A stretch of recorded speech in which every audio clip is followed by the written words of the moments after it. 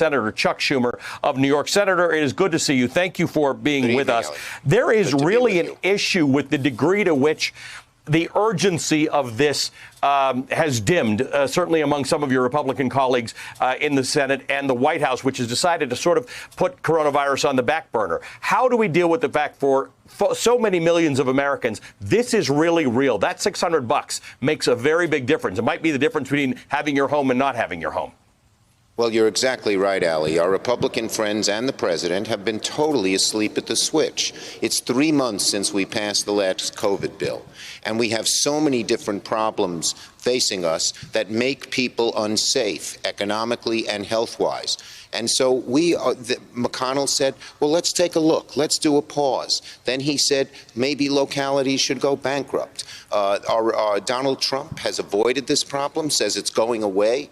Well, you can't make the coronavirus go away just by wishing it to go away. You've got to do something. So for months, 3 weeks ago, Speaker Pelosi and I sent a letter to Mitch McConnell and said, let's sit down and start negotiating. We didn't hear a peep out of him.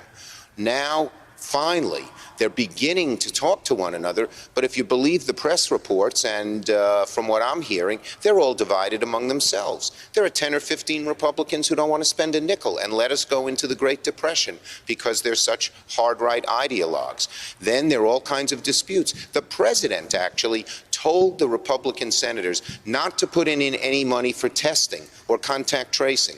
Well, when you ask yourself, why are we doing so much worse? This is a shame, a shame. We should be ashamed of this.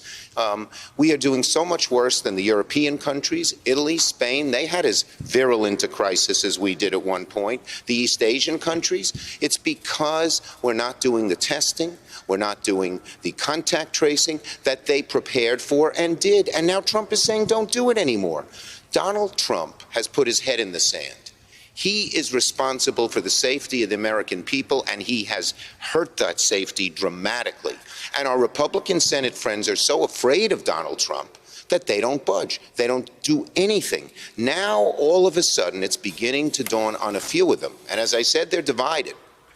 That if they don't do anything, the economy is going to just go into a total tailspin, and instead of a deep recession, the worst recession we've had since the Great Depression, we could end up with a depression. So they're beginning to nibble at the edges, but if you look at what they proposed, it is such weak tea that it's not going to solve the problem.